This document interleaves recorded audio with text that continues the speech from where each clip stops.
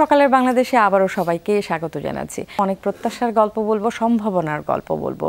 আমি ন্যান্সি রয়েছি সকালের বাংলাদেশে এবং আমার সাথে জুবাইরও আছে সেই সম্ভাবনার গল্প আপনাদের জানাতে। আমাদের প্রত্যেকের জীবনে এমন কিছু মুহূর্ত আসে যখন জীবন মৃত্যুর সন্ধিক্ষণে এসে আমরা দাঁড়াই, কারণ আমাদের শরীরে সদা নিবৃতভাবে প্রবাহমান রক্ত সংকটে ভুগি আমরা। এবং এই সময়টায় আসলে আপন পর, ওই যে বলে না মানুষ আপন আর পর খুব সহজে চিনতে পারা যায়।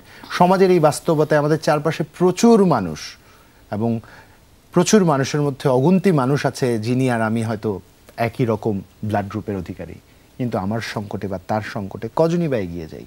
হ্যাঁ, সমাজে এমন অনেক মানুষ আছেন যারা স্বপ্রণোদিত হয়ে খুঁজে বেড়ান রক্তদানের জন্য। আমার চেনা প্রচুর মানুষ আছে, নাম বললে আপনারা সবাই চিনবেন, কিন্তু বিচ্ছিন্নভাবে এই চমৎকার কাজ করে যাওয়া নিবৃত্তচারী মানুষগুলোকে কজনই বা আমরা চিনি।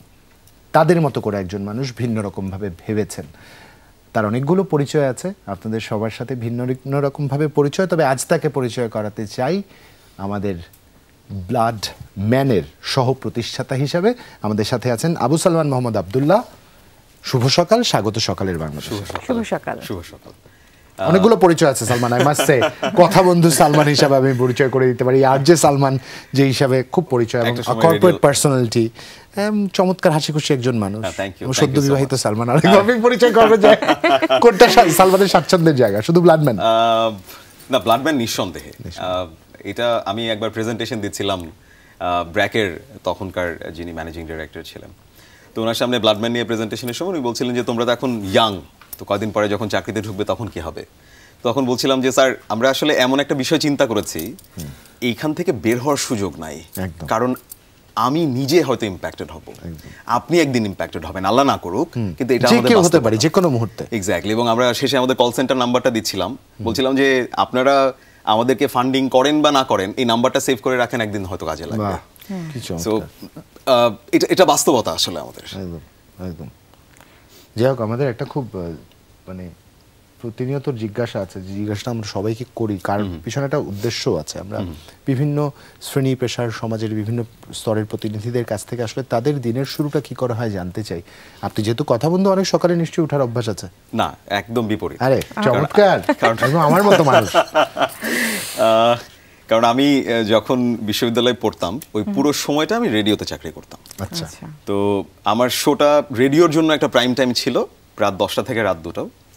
তো 6 বছর আমি করেছি, এবং তাতে যেটা হয়েছে, আমার ঘুমের যে সাইকেল, এটা নষ্ট হয়ে গেছে। মানে আপনি যখন আসলে 3টা-4টায় হলে, ইউনিভার্সিটি হলে পৌঁছাবেন, তখন আসলে যেই সময়টা আপনি ঘুমাবেন এবং যে সময়টা উঠবেন, ওই যে 6 বছরের যেই জার্নি, ওটা এখনো আমাকে সমস্যা করে। এবং আমি যখন অফিসের জন্য সকালবেলা মানে ঘুম থেকে উঠি, আমি খুব তাড়াহুড়ো করে উঠি। আমার মা, এখন তো ওয়াইফ, তো তারা আসলে আমাকে জোর করে একরকম ঘুম থেকে তুলে দেন, একরকম জোর করে উঠান, এবং তারা রান্না করতে থাকেন, সকালে নাস্তাটা হয়তো রেডি করতে থাকেন, আমি এখানে রেডি হই। তো এইটা আমাকে খুব আনন্দ দেয় না আসলে, অনেস্টলি স্পিকিং। সকালে যেমন আজকে আমি আপনাদের সাথে আসবো বলে অনেক সকালে উঠেছি, সকালের একটা স্নিগ্ধতা আছে, এইটা আমার মনে হয় চেষ্টা করা উচিত। আমিও চেষ্টা করছি, যেমন আগে আমি 11টার দিকে উঠতাম, এখন আমি 8টার মধ্যে উঠে যাই।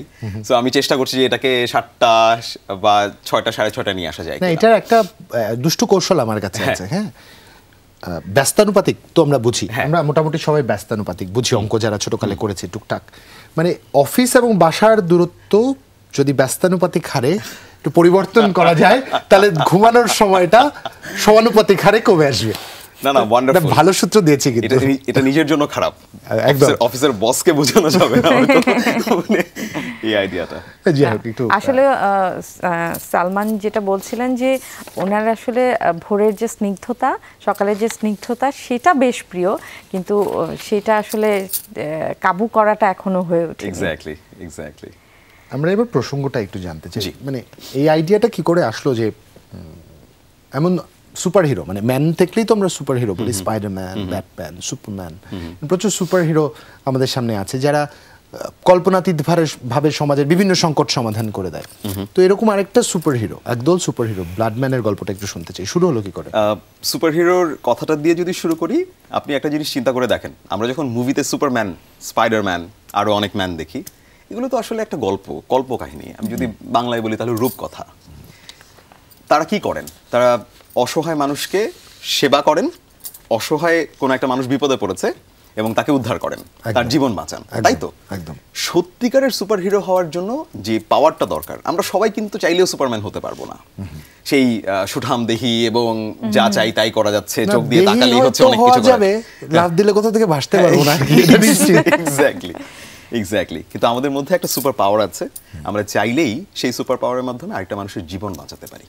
এন্ড ওইখান থেকে আমাদের চিন্তাটা আসলো যে তাহলে যারা রক্তদান করেন তাদেরকে কি আমরা সুপার হিরো বলে উপস্থাপন করতে পারি কিনা, যাতে করে তারা অনেক বেশি উৎসাহিত হন। দেখেন, বাংলাদেশের চ্যালেঞ্জটা হচ্ছে, আমি যদি ওয়ার্ল্ড হেলথ অর্গানাইজেশনের ডেটা আপনাকে দেই, তাহলে বাংলাদেশে যে রক্তদান হয় 50% মানুষ তার জীবনে ওয়ান টাইম রক্ত দেন। কেন এই ওয়ান টাইম? কারণ আমার মায়ের দরকার, আমার ভাইয়ের দরকার, আমার ওয়াইফের দরকার, আমার বাচ্চার দরকার, এই জন্য ওনারা একবার রক্ত দেন, তারপর আর কখনোই রক্তদান করেন না। বাকি 25% আসে এই স্বেচ্ছাসেবী অর্গানাইজেশনের মাধ্যমে, বাকি 25% আসে হচ্ছে যারা প্রফেশনাল রক্তদাতা। আপনি ভাবুন, এই 50%কে যদি আমরা ওই সুপার হিরো ফিলটা দিতে পারি যে রক্তদানের মাধ্যমে তুমি আরেকটা মানুষের জীবন বাঁচাতে পারো, এবং এটা আমার মতো তোমার মতো একটা সাধারণ মানুষ এইটা ছাড়া আর কোনো সুপার পাওয়ার দিয়ে আরেকটা মানুষের জীবন বাঁচানো খুব কঠিন। সো তখন আমরা চিন্তা করলাম এবং আমরা আমাদের যেই ট্যাগলাইন ব্যবহার করেছি, you can't be a Superman, you can't be a Spider-Man, but you can certainly save a human life and be a blood man. So ওইখান থেকে থটটা আসছিল। কিভাবে প্রতিষ্ঠানের কাজটা হয়, পরিচালিত হয়? গুছালেন কিভাবে? টিম মেম্বার আরো সহ প্রতিষ্ঠাতারা নিশ্চয়ই আসেন, তাদের গল্পটা একটু বলবেন। আমরা তখন বিশ্ববিদ্যালয়ে পড়তাম, বাংলাদেশে ডিজিটাল বাংলাদেশে একটা জোয়ার চলছে, সবকিছু অনলাইনে করা যায় কিনা, কারণ 3G যখন চলে আসলো, ওই যে google.com বাফার করছে, ওই যুগটা যখন চলে গেছে। সো আমরা চিন্তা করলাম যে ডিজিটালি কি করা যায়, এবং বাংলাদেশে আমরা যারা আসলে প্রিভিলিজড শ্রেণী, আমাদের সমাজের জন্য কিছু না কিছু করা উচিত। তো এই চিন্তা করে আমরা একদল মানুষ, আমরাই মানে ইউনিভার্সিটির বন্ধু, কিছু ডক্টর বন্ধু ছিল, তারা সবাই একসাথে বসলাম এবং তারপর চিন্তা করলাম আসলে কি কি নিয়ে কাজ করা যায়। তখন একটা চিন্তা আসলো যে বাংলাদেশে অনেক স্বেচ্ছাসেবী সংগঠন আছে যারা খুব ভালো কাজ করছে, আমরা কি ডিজিটালি কিছু একটা করতে পারি কিনা। Not necessarily blood bank, rather আমরা কি ডেটা নিয়ে আসতে পারি কিনা, একটা মানুষের সাথে যার রক্ত দরকার, একটা মানুষের সাথে যার রক্ত দিতে পারবেন, তাদের দুজনে কানেক্ট করিয়ে দেওয়ার কোনো একটা প্ল্যাটফর্ম করতে পারি কিনা। সো ওই থট থেকে তখন আমরা ক্যাম্পাসে বিভিন্ন ক্যাম্পেইন করা শুরু করলাম যে রক্তদাতা হন। সো তাদের ফোন নাম্বার, তাদের অ্যাড্রেস, সেগুলো কালেক্ট করা শুরু করলাম। দেন একটা ডেটাবেস বানালাম, একটা কল সেন্টার নাম্বার তৈরি করলাম এবং ফেসবুকে একটা পেজ করলাম।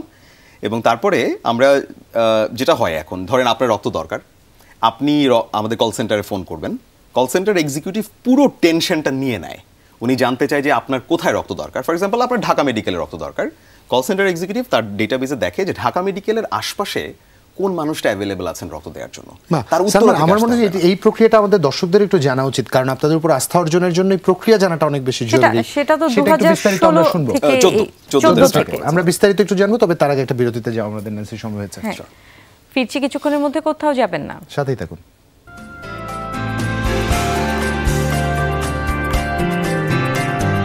বিরতির পর আবারও স্বাগত জানাচ্ছি সকালের বাংলাদেশে। সকালের বাংলাদেশে আমরা যেমনটা বলছিলাম, সম্ভাবনার কথা, প্রত্যাশার কথা আমরা বলি। আমাদের কাছে আজকে যিনি অতিথি রয়েছেন, তিনি কিন্তু তেমন একজন মানুষ। একদম ন্যান্সি জুবাইরের পাশাপাশি আমাদের আজকের অতিথি যিনি আছেন, যার সাথে কথা বলছিলাম, আবু সালমান মোহাম্মদ আবদুল্লাহ, সহ প্রতিষ্ঠাতা ব্লাডম্যানের গল্পটা আমরা জানছিলাম। সালমান, বলছিলাম যে আস্থা অর্জনের জন্য জানাটা খুব জরুরি আপনারা কিভাবে কাজ করেন, কারণ সামাজিক যোগাযোগ মাধ্যমের কল্যাণে এখন যেটা হয়, আমার রক্ত দরকার, অমুক অমুক লিখে পোস্ট দিলে প্রচুর সংখ্যক মানুষ রেসপন্ড করেন, কিংবা কেউ for a better reach hashtag দিয়ে প্রমোট করার চেষ্টা করেন। এই জায়গাটা থেকে একটা আস্থা প্রথম ক্ষেত্রে তৈরি হয়েছিল, কিন্তু তার পরবর্তীতে একটা হতাশা তৈরি হয় যে না, ঠিক আছে, প্রচুর রিচ হচ্ছে, প্রচুর শেয়ার হচ্ছে, কিন্তু আমি রেসপন্ড করছেন না কেউ। ওই অনাস্থা তৈরি হওয়াটার থেকে কিন্তু মানুষজন এখন কিছুটা ভীত যে আবার হঠাৎ করে ইমার্জেন্সি প্রয়োজন হলে আমি কি করব। ওই একটা জায়গায় কেন ব্লাডম্যান ব্যতিক্রম এবং কিভাবে কাজ করে একটু বিস্তারিত বলবেন আমাদের। আমি আপনাকে একটা ইন্টারেস্টিং পার্সপেক্টিভ। নিশ্চয়ই। ধরুন 2017 সালের দিকে ফেসবুকের সাথে, এখন তো মেটা বলে, সো ওদের সাথে সরাসরি আমাদের একটা কাজের সুযোগ তৈরি হলো। কারণ ফেসবুকে ব্লাড ডোনেশন টুল বলে একটা টুল ওরা ডেভেলপ করছিল, এবং বাংলাদেশ আর ইন্ডিয়া ছিল ওদের পাইলট মার্কেট। সো বাংলাদেশের জন্য আমরা ওদের পার্টনার ছিলাম। সো আইডিয়াটা এরকম যে আপনি যদি ফেসবুকে ওদের ব্লাড ডোনেশন টুলটাকে ব্যবহার করে কোনো স্টেটাস দেন, তাহলে আপনার নিয়ার বাই যে 4-5 কিলোমিটারের মানুষজন আছেন তারা একটা নোটিফিকেশন পাবেন যে অমুক জায়গায় অমুকের রক্ত দরকার, এবং এটা আপনি ইন্ডিভিজুয়ালি পারবেন না, এটা হসপিটালগুলোকে ওই নোটিফিকেশনটা দিতে হবে। সো আমরা ওইটাকে পপুলারাইজ করছিলাম, হসপিটালগুলোকে ট্রেনিং দিচ্ছিলাম। আমরা যেটা দেখলাম, এই ইনফরমেশনটা আপনি জানলেন র্যান্ডম একটা মানুষের রক্ত দরকার, তাতে আমার কি ভাই, মানে আমি দায়িত্ববোধটা কেন বোধ করব, মানে আমার কি। আমরা তখন যেটা দেখলাম যে এই ব্লাড ডোনেশন টুলটা যেটা রিচটাকে তৈরি করে, আপনি যেটা বলছিলেন যে আমার মানে ট্রাস্টের জায়গা, আমি যাব কেন, কি দরকার, আমার তো কিছু হয় না। আমাদের কল সেন্টার এক্সিকিউটিভ আপু মিনিমাম 10টা মানুষকে ফোন করতে হয় একটা ব্যাগ রক্তদাতা রেডি করার জন্য। কারণ এই 10 জনের মধ্যে 9 জনের নানান রকম এক্সকিউজ থাকে। আমি এক্সকিউজই বলবো, আসলে কখনো কখনো বোঝা মুশকিল হয়। ওই যে 10টা মানুষের সাথে কথা বলতে হয়, এক ব্যাগ রক্তের জন্য 10টা মানুষের সাথে আপনি যদি 3 মিনিটও কথা বলেন, প্রায় 30 মিনিটস, এবং তাদেরকে ইমোশনালি কানেক্ট করতে হয় যে দেখেন ভাইয়া, আপনি যদি রক্তটা না দেন তাহলে কোনো একটা মা সে আসলে বাঁচবে না, তিনি হয়তো সন্তান সম্ভবা, রক্তটা রেয়ার গ্রুপের আপনার আছে, আজকে আপনি সহযোগিতা করেন, একদিন হয়তো আপনার জন্য, আপনারও যদি আল্লাহ না করে কখনো লাগে, তাহলে আপনার জন্য সহযোগিতাটা আসবে। সো ওটাই বলছিলাম ভাইয়া, এটা নিয়ে আসলে আমাদের ম্যাসিভ কাজ করা দরকার আমাদের। ভাই একটু বলি যে এই যখন ইমোশনালি কানেক্ট করছেন, সেটাতে কি ভালো সাড়া পায়? চ্যালেঞ্জ আছে আপু, সময় কি দেয়? চ্যালেঞ্জ আছে, ডেফিনেটলি চ্যালেঞ্জ আছে। যেটা বলছিলাম যে আপনি 10টা কল করলে 90% হচ্ছে রেসপন্ড করেন না ঠিক মতো, 10% করেন। আমরা ওই 10% দিয়েই কিন্তু বাংলাদেশের মানুষজন রক্ত পাচ্ছে। প্রবাবলি নট এনাফ, একদমই এনাফ না। আমি আপনাকে ওয়ার্ল্ড ব্যাংকের আরেকটা ডেটা, ওয়ার্ল্ড হেলথ অর্গানাইজেশন একটা ডেটা দিই। বাংলাদেশে 8 লাখ ব্যাগের একটা রক্তের ডিমান্ড আছে। আমি যদি 2016 সালে ডেটা বলছি, এখন 7-8 বছরে হয়তো নাম্বারটা আরেকটু বড় হবে। 8 লাখ ব্যাগের ডিমান্ড আছে, ম্যানেজ হয় 6 লাখ। মাঝখানে 2 লাখ ব্যাগের রক্ত আমাদের এখানে ম্যানেজ হয় না। আপনি চিন্তাই করতে পারেন যে 2 লাখ ব্যাগ যদি রক্ত ম্যানেজ না হয়, রক্ত প্রয়োজনে রক্ত না পেলে আসলে কি অবস্থা হতে পারে। বাংলাদেশের 16 কোটি 17 কোটি বা 18 কোটি মানুষ। একটু আটকে উঠবার মতো একটা সমীক্ষা, যদি 2 লক্ষ ব্যাগের সংকট থাকে, আমাদের নিয়মিত সংকট থাকে, তাহলে যদি 1 ব্যাগ করে আমি হিসেব করি, তার মানে 2 লক্ষ মানুষ রক্ত সংকটে ভুগছেন, রক্তের অভাবে কোনো না কোনোভাবে সাফার করছেন। আপনি 18 কোটি মানুষ, 1% লোক যদি রেগুলার রক্ত দিত বাংলাদেশে, তাহলে আমরা রক্ত এক্সপোর্ট করতে পারতাম আপু। যে বাংলাদেশে বাইরে আরো অনেক দেশ আছে যেখানে হয়তো রক্তের আরো ক্রাইসিস আছে। একটু আপনাদের একটা সহযোগিতা আমি করি। হ্যাঁ দর্শক, আমার বাড়ির দর্শকরা, আমি জানি সকালের বাংলাদেশের দর্শকরা নিয়মিত যে কোনো দর্শকের চেয়ে অনেক বেশি সচেতন, অনেক বেশি দায়িত্বশীল। তাই আপনাদের একবার মনে করিয়ে দিচ্ছে, আপনি এবং আপনার চারপাশের মানুষজনকে ব্লাড ব্যাংকের কথা তো প্রথমে জানাবেন, দ্বিতীয়ত রক্তদানের উপকারিতা আর একবার আপনাদের একটু মনে করিয়ে দিব। তা হচ্ছে আপনার হৃৎপিণ্ডকে কিন্তু সবল করবে যদি আপনি নিয়মিত রক্ত প্রদান করেন, ক্যান্সারের ঝুঁকিও কমাবে, সেই সাথে রক্তে কোলেস্ট্রল যদি কারো ঝুঁকি থাকে, কোলেস্ট্রলের মাত্রাও কিন্তু কমে যায়, রক্তের লাল কণিকাগুলো আরও অনেক বেশি সবল হয় এবং ওজন নিয়ন্ত্রণে সাহায্য করে। যারা ওজন নিয়ে দুশ্চিন্তাগ্রস্ত আছেন তাদের জন্য কিন্তু একটা বিশাল সমাধানের পথ হতে পারে। একই সাথে রক্তের বিভিন্ন কণিকাগুলোও কিন্তু সতেজ হয়। শুধু তাই না, রক্তদাতার যদি কোনো সংক্রামক রোগ থাকে, তিনি কিন্তু আগামটা জানতে পারেন। আমরা অনেকেই ব্লাড টেস্ট করি না র্যান্ডমলি বা নিয়মিতভাবে, সেক্ষেত্রে রক্ত দেবার সময় কিন্তু জানবার একটা সুযোগ তৈরি হয়।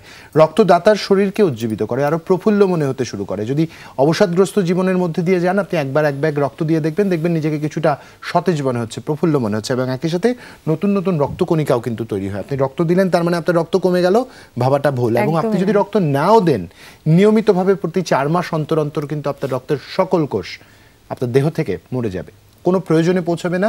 অথচ আপনার 1 ব্যাগ রক্ত, এই যে যেমন করে 2 লক্ষ ব্যাগের সংকট আমরা শুনছিলাম, আপনার 1 ব্যাগ রক্ত একটি পরিবারের স্বপ্নকে জিয়ে রাখতে পারে। ন্যান্সির কথা একটু বলতে চাই। ন্যান্সি কিন্তু প্রতি 4 মাস পর পর নিয়মিতভাবে তার এই দায়িত্বটুকু পালন করে। আমি হয়তো সময় সুযোগ মতো আমার এই দায়িত্বটুকু পালন করি। আপনারা কেন সচেতন না? বা আপনারা যারা করেন, বিশাল স্যালুট টু ইউ। এবং যারা করেন না, ব্লাডম্যান তাদেরকে আশা জাগাবে। নতুন করে কেউ যদি ব্লাডম্যানের সাথে যুক্ত হতে চায়, কি করণীয়? আমাদের ফেসবুকে নক করলেই হবে আসলে। আচ্ছা, it's a very good page, এবং ফেসবুকের সাথে আমাদের একটা পার্টনারশিপের কথা বলছিলাম। তো ওনারা আমাদেরকে প্রতি বছর একটা সার্টেন অ্যামাউন্ট অফ ক্রেডিট দেন যেটার মাধ্যমে আমরা ফেসবুকে বুস্ট করতে পারি যে কোনো রক্তের চাহিদায়। এটা কি ফেসবুক তার সিএসআর এর বা মেটা তার সিএসআর এর আওতা থেকে করছে? Sort of. সালমান, একটু জানতে চাই, জুবাইর যেরকম বলল, আমাদের হয়তো 1 মিনিট সুযোগ হয়েছিল সবাইকে জানানোর, সেই যে প্রচারণাটা, হ্যাঁ, অনেকের মধ্যেই ভীতি কাজ করে, অনেকেরই জানার কিছু অজ্ঞতা রয়েছে এই রক্তদান সম্পর্কে। সেই জায়গাটা, আপনি এই জায়গাটাতে কাজ করছেন অনেকদিন, আপনার কি মনে হয় কিনা আমাদের দেশের প্রেক্ষিতে এই জায়গাটাতে আসলে কাজ করতে হবে এবং এই আমাদের সাধারণ মানুষের একটা ল্যাকিংস আছে এই রক্তদান নিয়ে? দেখুন, আমি যেটা মনে করি সেটা হচ্ছে আমরা যে সময়ের মধ্য দিয়ে এখন যাচ্ছি, আমরা একটা ডেমোগ্রাফিক ডিভিডেন্ডের মধ্য দিয়ে যাচ্ছি। আমাদের একটা জোয়ার চলছে, আপনি আইটি সেক্টর বলেন, আপনি স্কিল ডেভেলপমেন্টের জায়গা বলেন, উইমেন এম্পাওয়ারমেন্টের জায়গা বলেন, আমাদের তরুণ সমাজের নাম্বারটা কিন্তু ম্যাসিভ। তরুণ সমাজকে আরও দায়িত্বশীল হতে হবে। এই যেমন আপনি শুরুর দিকে পরিবেশের কথা বলছিলেন, তেমনি মানুষের স্বাস্থ্যে, কারণ আমরা এখনো অনেক কিছুতে পিছিয়ে আছি। আপনি বাংলাদেশের ডক্টরের যদি হিসাব করেন, প্রতি 10,000 মানুষের জন্য বেসরকারি ডক্টর অ্যাড করলেও 5 থেকে 6 জন ডক্টর আছে আমাদের, যেটা দক্ষিণ এশিয়ায় সর্বনিম্ন, হয়তো তার চেয়ে একটু ভালো আমরা। এবং সরকারি ডক্টর হিসাব করলে হচ্ছে 1 থেকে 2 জন আছেন আমাদের। এবং ডক্টররাও শহরমুখী, প্রায় 70% ডক্টর আসলে শহরে থাকেন, সেটা মফস্বল শহর হোক আর যে শহরে হোক। আমার দেশে গ্রাম কত? আমার দেশে এক সময় আমরা পলিটিক্যাল প্রচারণা শুনতাম যে 64,000 গ্রাম বাঁচলে বাংলাদেশ বাঁচবে। আমার দেশে গ্রাম আছে। আমার দেশে এমনও অনেক মানুষ আছেন যারা জন্মান, মারা যান, মাঝখানে হাতুড়ে ডক্টরের সাথে দেখা হয়, কোনো এমবিবিএস ডক্টরের সাথে তার দেখা হয় না। আমরা যখন কোভিডের সময় এই যাত্রাটাই ছিলাম, আমরা যখন টেলিমেডিসিন সার্ভিসটা স্টার্ট করেছিলাম, তখন আমরা দেখেছি যে আমাদের আসলে অনেক কিছু করার আছে। সুতরাং শুধু রক্তদান না, ওভারঅল স্বাস্থ্য খাত নিয়ে আমাদের আসলে অনেক কিছু করার আছে, স্পেশালি প্রান্তিক অঞ্চলের মানুষের জন্য। মানে আপনি যেটা বলছিলেন যে স্বাস্থ্য খাত নিয়ে যখন আমরা আরো বেশি কাজ করব, তখন মানে অটোমেটিকভাবে এই রক্তদান কর্মসূচি এবং রক্তদানের ব্যাপারে আসলে আরো কাজ করার সুযোগ হবে। নিঃসন্দেহে আমরা এই দিকটা একটু আলোচনা করতে চাই, তবে আবার একটা বিরতির সময় আছে। দর্শক, ছোট্ট একটা বিরতি নিচ্ছি, কোথাও যাবে না। গুরুত্বপূর্ণ একটি আলোচনায় ছিলাম, আপনার জীবনের সাথে সম্পর্কিত আলাপটুকু আমরা করছিলাম। ফিরবো এক্ষুনি, সাথেই থাকুন। বিরতির পর সকালের বাংলাদেশে আবারও স্বাগত জানাচ্ছি আপনাদের সবাইকে।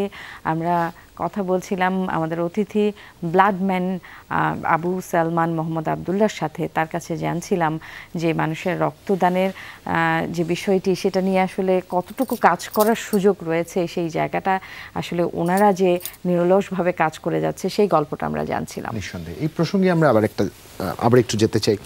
সালমান, এখন ওই যে ডিজিটাল বাংলাদেশের জোয়ার বলছিলেন আপনি, অ্যাক্সেস টু ইনফরমেশন থেকে শুরু করে এরকম চমৎকার কিন্তু কিছু প্রকল্প হয়েছে, যে প্রকল্পের আওতায় আমাদের রাষ্ট্রীয় জরুরি সেবার অনেকগুলো হটলাইন নম্বর আমরা পেয়েছি। 999-এর কথা বলতে পারি, 333-এর কথা বলতে পারি, কিংবা 62-63-র যেটা আছে আমরা তার বলতে পারি।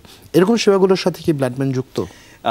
আমি আপনাকে একটু পেছনের গল্প বলি। 2018 সালে আমরা এটুআইয়ের স্টার্টআপ বাংলাদেশ বলে একটা প্ল্যাটফর্ম আছে, যেখানে বাংলাদেশের স্টার্টআপগুলোকে উৎসাহিত করা হয়, সিড ফান্ড দেওয়া হয়। আমরা 2018-তে এটা অ্যাপ্লাই করি এবং আমরা সিড ফান্ড পাই বাংলাদেশ সরকারের কাছ থেকে, এবং আমাদেরকে একটা অফিস স্পেস দেওয়া হয়। আইসিটি টাওয়ারের 14 তলায় স্টার্টআপগুলোর জন্য একটা স্পেস আছে। সো 2018 থেকে এখন পর্যন্ত ওখানেই আমাদের office. So you are very well connected. এবং এই 999, 333 এই প্ল্যাটফর্মগুলো যখন তৈরি হয়, স্পেশালি কোভিডের সময় অনেক বেশি সহযোগিতা করার সুযোগ হয়। যদি কেউ 999-এ অথবা 333-তে নক করেন, আমাদের সাথে ওনারা কানেক্ট করিয়ে দেন, এবং আমরা আসলে প্ল্যান করছি আরো বড় পরিসরে ওনাদের সাথে কাজ করা যায় কিনা, টেলিমেডিসিন সেবাটাকে এনকারেজ করা যায় কিনা। কারণ যেটা বলছিলাম, বাংলাদেশে আসলে অনেক মানুষ এবং প্রান্তিক অঞ্চলে এত মানুষ। দেখেন, আমরা ডিজিটাল অ্যানালগ ছিলাম, ডিজিটাল হয়েছি, হয়তো একসময় স্মার্টও হয়ে যাব, নিশ্চয়ই স্মার্ট হব, কিন্তু আমার এই প্রান্তিক অঞ্চলের সেবা বঞ্চিত মানুষজন যদি আসলে এই স্মার্ট ধারায় না আসে, তাহলে ওই স্মার্টনেস দিয়ে আমরা খুব বেশি প্রাউড হতে পারবো না আসলে। বাহ, চমৎকার। এখানে ন্যান্সি আরও অনেকগুলো সমীক্ষা এসে আসলে দাঁড়ায়, যেহেতু আমার কিছুটা অভিজ্ঞতা আছে, আমি একটু সালমানের সাথে শেয়ার করতে চাই এবং সেই জায়গা থেকে প্রশ্ন করতে চাই। বাংলাদেশ এশিয়ার অন্যান্য যে কোনো দেশের চেয়ে প্রান্তিক পর্যায়ে স্বাস্থ্যসেবা নেটওয়ার্কের ক্ষেত্রে এগিয়ে। আমাদের একদম ইউনিয়ন পরিষদ পর্যায়ে পর্যন্ত কিন্তু স্বাস্থ্যসেবা কেন্দ্র আছে। হ্যাঁ, এই প্রশ্ন থাকতেই পারে যে কতজন চিকিৎসক আসলে থাকছেন যা চিকিৎসা সেবা দেওয়ার চেষ্টা করছেন। সে একটা জায়গায় নিশ্চয়ই টেলিমেডিসিন চমৎকার একটা কিছু, কিন্তু ইন্টারনেট পেনেট্রেশনের যেই ডেমোগ্রাফি আমরা দেখি তাতে করে অ্যাক্সেস টু ইন্টারনেট সারা বাংলাদেশের সবার থাকলেও যারা আসলে এটাকে সেবার জন্য গ্রহণ করেন প্রান্তিক পর্যায়ে সেই সংখ্যক মানুষের হিসাবটা আমাদের জানা আছে কিনা, এটা একটা প্রশ্ন আপনার কাছে। এবং যদি জানা থাকে আদতে তাদেরকে আসলে টেলিমেডিসিন সেবা দিয়ে স্বাস্থ্যসেবা পৌঁছে দেওয়া সম্ভব কিনা। দেখুন, আমি আপনাকে পুরো বাংলাদেশের চিত্র বলতে পারবো না, কারণ ওই ডেটাটা আমাকে একটু দেখে বলতে হবে, কিন্তু আমি আপনাকে একটা বাস্তব অভিজ্ঞতা বলতে পারি। সেন্ট মার্টিন নিয়ে এখন খুব কথা হচ্ছে এই মুহূর্তে। সেন্ট মার্টিনে একটা হসপিটাল আছে 10 শয্যা বিশিষ্ট। আমরা যখন 2020 সালের শেষের দিকে ডিসেম্বর মাসে আমরা ওখানে একটা মেডিকেল ক্যাম্প অ্যারেঞ্জ করি। আচ্ছা, এটা কি তুরস্ক এমবাসির সহায়তা ছিল? তুরস্ক এমবাসির সহায়তা, এবং ওখানে আমাদের সাথে ICT state minister Zunaid Ahmed Palak স্যারও জয়েন করেন, এন্টায়ার ফ্যামিলি সহ। মেডিকেল ক্যাম্পটা আমরা যেদিন আয়োজন করলাম, আমরা দেখেছি প্রায় 300 মানুষ এসেছেন। দেখেন, একটা ছোট্ট জায়গায় 300 মানুষ একসাথে হওয়া, এবং আমাদের মানে অত প্রিপারেশন ছিল না যে এই ছোট্ট একটা দ্বীপের মধ্যে 300 মানুষ চলে আসবেন টেলিমেডিসিনের জন্য। আমরা ওই হসপিটাল ক্যাম্পাসেই কমপ্লেক্সে ওখানে অ্যারেঞ্জ করলাম, এবং দেখলাম যে ওনারা খুব উত্তেজিত, চিৎকার চেঁচামেচি করছেন। তারপরে যে আসলে কী সমস্যা, বলছে যে গতকাল রাতে আমাদের এক মা, সন্তান সম্ভব মা, তার প্রসব বেদনা উঠলো, এখানে মিডওয়াইফ বলে কেউ নাই, ডক্টররা উপস্থিত ছিলেন না, এবং পরবর্তীতে ওনাকে আমাদের লোকাল যে বিজিবি অথবা ওখানকার কোস্টগার্ডের একটা ট্রলার অর সর্ট অফ কিছু একটা আছে শিপ, ওইটা দিয়ে টেকনাফের নিতে গিয়ে মাঝপথে উনি মারা যান। এবং এটা নিয়ে ওনারা সবাই হিটেড ছিলেন, এবং আমরা তখন জিজ্ঞেস করছিলাম এখানকার ডক্টর কই, নাই, এখানকার নার্স কই, নাই।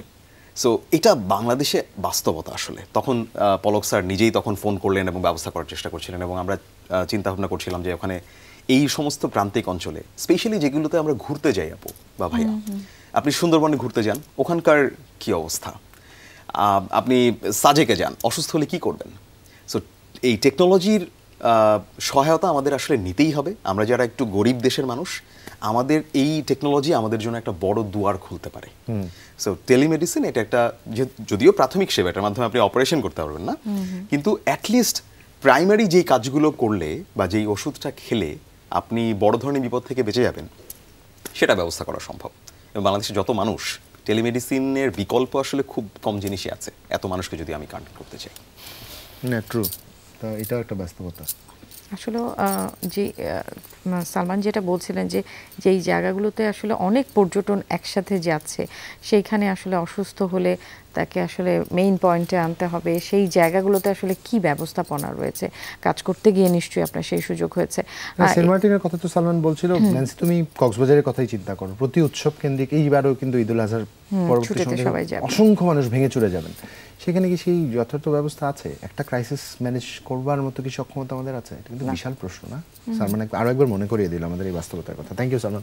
ন্যান্সি প্রশ্ন করছিল, জানতে চাচ্ছিলাম যে এই আপনি বলছিলেন যে ব্লাড ম্যান নিয়ে আরো কাজ করার সুযোগ রয়েছে, হ্যাঁ, যেহেতু প্রচারণাটা কম এই নিয়ে, জানতে চাচ্ছিলাম যে ভবিষ্যতে আসলে কি স্বপ্ন দেখছেন এই প্রতিষ্ঠান নিয়ে, বা এটাকে এগিয়ে নিয়ে যাওয়ার জন্য কি মনে হয় যে আগামীর পরিকল্পনাটা কি? হ্যাঁ, পরিকল্পনাটা কি, কিংবা আপনার কি মনে হয় কিনা রাষ্ট্রীয়ভাবে যদি সহযোগিতা কিংবা অন্যান্য সংস্থাও যদি সহযোগিতা করে, সেই জিনিসটা আরো স্মুথ হবে আপনাদের পথটা? আর ছোট্ট করে একটু আমি শুধু যুক্ত করে দিতে চাই, এটা কি সাস্টেনেবল মডেল কিনা, সেলফ সাস্টেনেবল মডেল কিনা, নাকি এটাতে আসলে নিয়মিত বিনিয়োগের প্রয়োজন পড়ে? 2 মিনিট সময় আছে।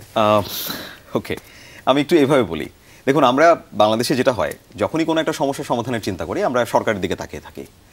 বাংলাদেশের মানুষ হিসেবে আমাদের দায়িত্ব নিতে হবে। এটা একটা আমাদের সমস্যা, সকলের সমস্যা। সরকার তার মতো করে ব্লাডম্যানকে এই যে সহযোগিতা 2018 সাল থেকে ওনারা করছেন, শুধু ব্লাডম্যান না, এরকম অসংখ্য অর্গানাইজেশনকে করছেন। আমি বলবো এখন সময় এসেছে বেসরকারি অর্গানাইজেশনগুলোর এই দায়িত্ব নেওয়ার। ফর এক্সাম্পল, টেক জায়ান্ট আমাদের এখানে যারা রয়েছেন, আমাদের এখানে যারা মোবাইল অপারেটর আছেন, মোবাইল ফাইন্যান্সিয়াল সার্ভিসেস যারা করেন, বিগ ডেটা নিয়ে তারা কাজ করেন। 5 থেকে 6 কোটি মানুষ, 7 কোটি 8 কোটি মানুষের ডেটা ওনাদের কাছে আছে। যদি আমরা তাদেরকে রক্তদানের এই ইনফরমেশনের সাথে কানেক্ট করাতে পারতাম, তাদের চমৎকার অ্যাপ আছে। আপনি এখন মোবাইল রিচার্জ করলে কি করেন? ওদের অ্যাপে ঢুকেন, আপনি মোবাইলে টাকা ট্রান্সফার করবেন, অ্যাপে ঢুকছেন, অ্যাপে একটা জাস্ট আইকন, এবং ওর মাধ্যমে যদি আমি আসলে এই 6 কোটি 7 কোটি মানুষকে কানেক্টিভিটিটা দিতে পারি, আই এম শিওর তারপরে স্টেপটা আমাদের জন্য খুব ইজি হয়ে যাবে। এবং বাংলাদেশ ওই এক্সাম্পল হতে পারে, এই দেশে কোনো ব্লাড ক্রাইসিস নাই। It's just a matter of decision. এটার জন্য সরকারের খুব বেশি কিছু করতে হবে না, সরকার অবকাঠামো তৈরি করে দিয়েছে। এখন দায়িত্ব হচ্ছে বেসরকারি অর্গানাইজেশনের। আর সাস্টেনেবল মডেল কিনা, আপনি যেটা বলছিলেন সাস্টেনেবল মডেল কিনা, শুরুর দিকে যেটা হতো আমরা আসলে নিজেরাই কল সেন্টার এক্সিকিউটিভের টাকা, তারপর এর থেকে তার থেকে কিছু সহযোগিতা নিয়ে বিভিন্ন রকম কার্যক্রম পরিচালনা করতাম, যে ব্লাড ডোনেশন ক্যাম্প এবং অন্যান্য জিনিসপত্র। এখন যেটা হয়, ব্লাডম্যান আসলে এটা আমরা আসলে 4-5 বছর চেষ্টা করেছি এবং পরে চিন্তা করলাম এটা আসলে সাস্টেনেবল হচ্ছে না। কতদিন আপনি টাকা দিতে পারবেন, কারণ অপারেশন যত বড় হচ্ছে খরচ বাড়ছে। তো তখন আমরা চিন্তা করলাম যে আমরা অন্যান্য সার্ভিসেস স্টার্ট করব, যেগুলোকে কমার্শিয়ালি করব, for example telemedicine, revenue generating, ওটার মাধ্যমে এখানে কাজ করব। বাহ, চমৎকার। সালমান, অসংখ্য ধন্যবাদ। যদিও এই আমাদের এই আলোচনার সময়কালটা এই অসাধারণ কার্যক্রম সম্বন্ধে জানবার জন্য খুবই কম, but thank you very much. আমরা গণমাধ্যম কর্মী হিসাবে আমাদের দায়িত্বের জায়গাটুকু পালন করলাম। আমাদের দর্শকদের দায়িত্ব হচ্ছে সচেতনতার জায়গা থেকে আরো চারপাশের মানুষকে সচেতন করে তোলে। Thank you very much for joining us here today. শুভকামনা রইল আপনাদের এই কাজের জন্য, কারণ এই কাজটাতে আসলে যেমন অজ্ঞতা রয়েছে সবার যে রক্ত দিব কিনা, সেই জায়গাটাতে যেমন রয়েছে, তেমন কিন্তু আসলে এই কাজটা, আপনারা যে কাজটা করছেন সেটাতে এগিয়ে আসার সংখ্যাটাও কিন্তু কম। শুভকামনা থাকলো আপনাদের আগামীর পথ চলার জন্য। দর্শক, আজ এখানে ইতি টানবো। দায়িত্বের জায়গাটা আর একটু মনে করিয়ে দিতে চাই। আজ যারা বিভিন্ন গন্তব্যে যাবেন, নিরাপদে বাড়ি ফিরবেন, বাড়ি যারা ছেড়ে যাচ্ছেন, জানলা দরজা ঠিক করে বন্ধ আছে কিনা, গ্যাসের চুলাটা বন্ধ আছে কিনা, বাতিটা ঠিক করে নিভিয়ে গেলেন কিনা, পোষা প্রাণীটার জন্য যথেষ্ট পরিমাণে খাবার এবং পানির ব্যবস্থা করে গেলেন কিনা, এটা মাথায় রাখবেন। একই সাথে সালমানরা যে কাজটি করছে, ব্লাডম্যানের মতো অসাধারণ উদ্যোগে আপনার অংশগ্রহণ অবশ্যই নিশ্চিত করবেন নাগরিক হিসেবে। যার যার জায়গা থেকে নিজেদের দায়িত্বটা পালন করবেন। ভালো থাকবেন, সুস্থ থাকবেন। শুভ সকাল।